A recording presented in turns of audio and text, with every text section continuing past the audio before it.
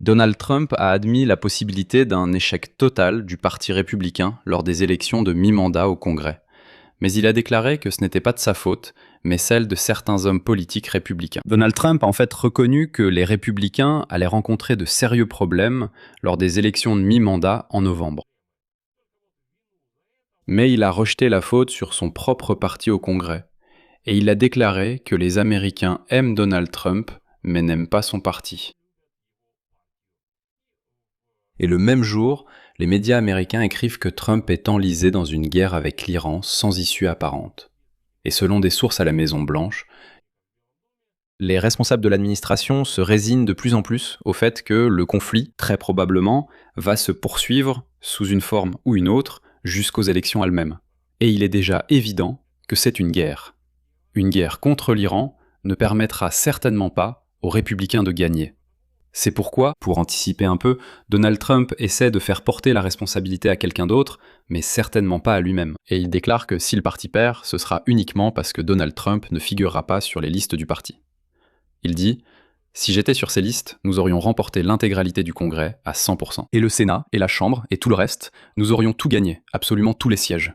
Mais là, dit-il, ce sont les autres qui sont responsables de tout. Et les républicains, représentants et sénateurs, qui ne lui obéissent tout simplement pas personnellement. » Quant aux versions selon lesquelles la faute reviendrait par exemple à la guerre contre l'Iran, à l'inflation ou au prix de l'essence, il rejette tout cela. Il dit non, les Américains aiment Trump. Mais il y a encore beaucoup de pièges cachés ici. Analysons-les ensemble. Je m'appelle Alexei Pecci, et avant de commencer, je vous demande de vous abonner à cette chaîne YouTube. C'est très important. Nous approchons la barre des 300 000 abonnés. Je vous en serai donc reconnaissant pour chacun de vos abonnements. Alors, dans l'interview d'aujourd'hui, en répondant à une question sur le mécontentement des électeurs envers le Parti républicain, à la veille des élections de mi-mandat au Congrès, Donald Trump a déclaré « Ce n'est pas moi qui les mets en colère, ils sont en colère contre les républicains, pour être honnête avec vous. » La question clé, selon Donald Trump lui-même, est la suivante. Est-ce que ces électeurs en colère viendront voter tout court si lui-même, c'est-à-dire Donald Trump, n'est pas sur les bulletins de vote ? Voici une autre de ces citations. La question est de savoir s'ils iront voter. Parce que beaucoup d'entre eux sont très en colère contre les républicains, pas contre moi. C'est la seule chose que je ne peux pas vous dire. Je vais leur demander de venir. Eh bien, c'est-à-dire que Donald Trump est sûr qu'on l'aime personnellement, malgré l'inflation, les prix de l'essence et la guerre contre l'Iran. Mais les républicains vont perdre les élections, parce que les gens ne les aiment pas. Mais si Donald Trump figurait sur la liste du parti, alors le parti remporterait une victoire écrasante. Il est également révélateur que même l'ancien sondeur en chef de Donald Trump constate l'échec évident des républicains. Selon le mémorandum de la société Fabrizio World, appartenant à l'ancien sondeur de la campagne de Donald Trump, Tony Fabrizio, les démocrates pourraient avoir un avantage de 7 points lors des élections de mi-mandat de 2026. Au même moment, 54% des personnes interrogées estiment que Trump a outrepassé ses pouvoirs. Et ce sentiment d'érosion du soutien est constaté même parmi ceux qui sont le plus susceptibles de le soutenir. Et une partie du mouvement MAGA a même déclaré que Donald Trump les avait trahis, qu'il les a trompés, et qu'ils préparent leur propre projet politique. Je souligne encore une fois, ce ne sont pas les données de CNN ou du New York Times, non. Ce sont les données de Tony Fabrizio. C'est le sondeur attitré de l'équipe de campagne de Donald Trump. Dans cette interview, Trump a aussi révélé des tensions internes au sein du parti, compliquant la situation avant les élections. Trump a reconnu des désaccords avec le chef de la majorité au Sénat, John Thune, en qualifiant leur relation d'insatisfaisante. Il a également souligné qu'il ne disposait pas d'assez de voix pour faire adopter par le Sénat ce qu'on appelle la loi sur le sauvetage de l'Amérique, ou pour annuler la procédure électorale. Trump a appelé les partisans de MAGA à diriger leur colère précisément contre le chef du parti. Il dit « Ne soyez pas en colère contre moi, mettons-nous tous ensemble en colère contre John Thune. » Ah voilà. Parce que, dit-il, c'est lui qui empêche de faire passer le projet de loi sur la réforme électorale.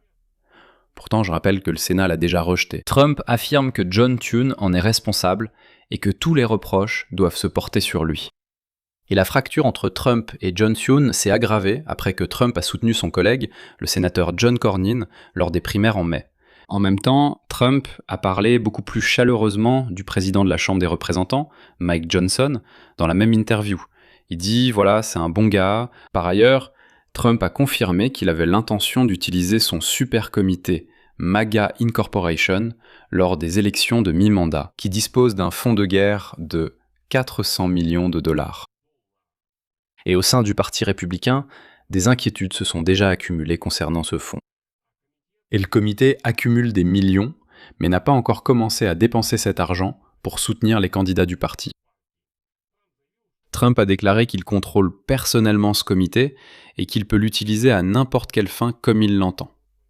En somme, Trump décidera lui-même dans quelle campagne électorale investir et dans laquelle il peut choisir de ne pas investir.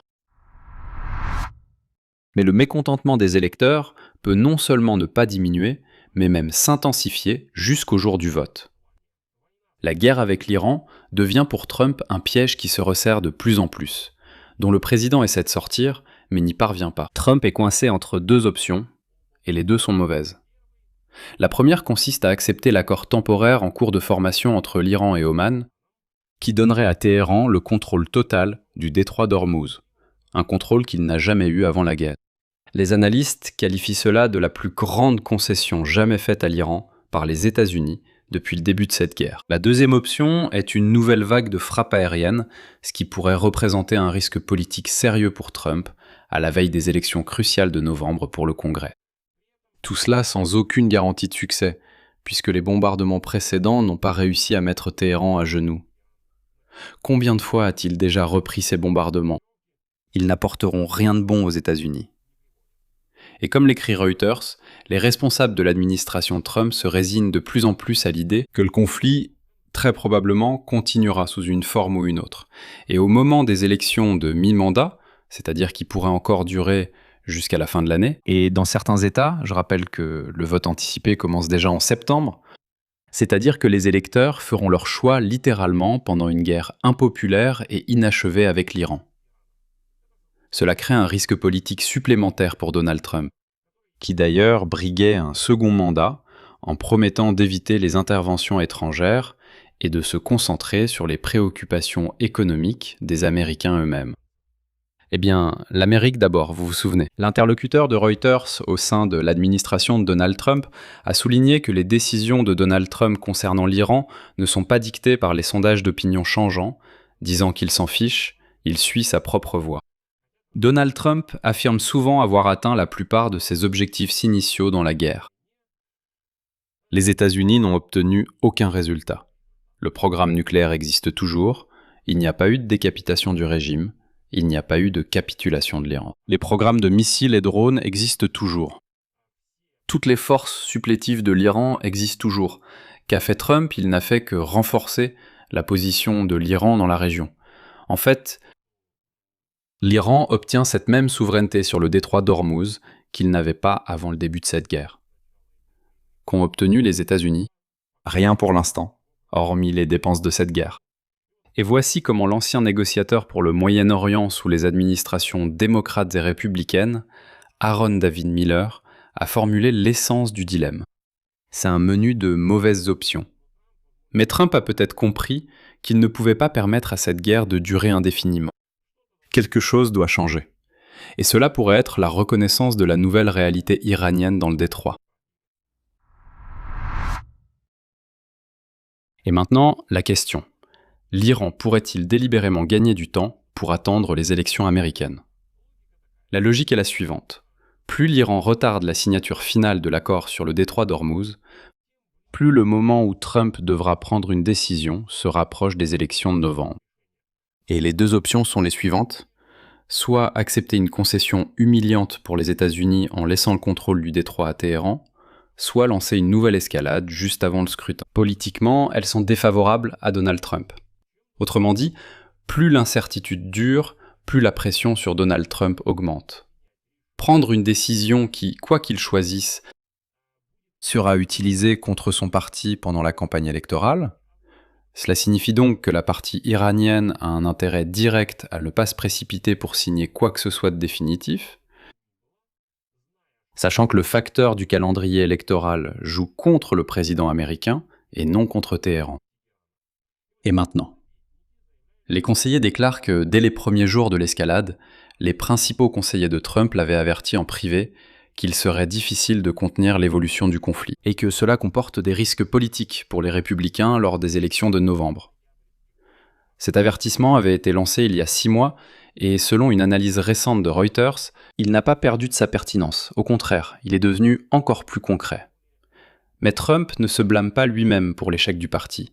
Il en tient pour responsable certains membres du parti, et il est convaincu qu'à titre personnel, il fait tout comme il faut, et que les républicains perdront les élections, car ils en sont responsables eux-mêmes. Je vais m'arrêter là. Donnez votre avis et vos conclusions dans les commentaires sous cette vidéo, abonnez-vous à la chaîne, activez la cloche, et n'oubliez pas de mettre un like. C'est tout pour aujourd'hui. Prenez soin de vous, à bientôt à tous.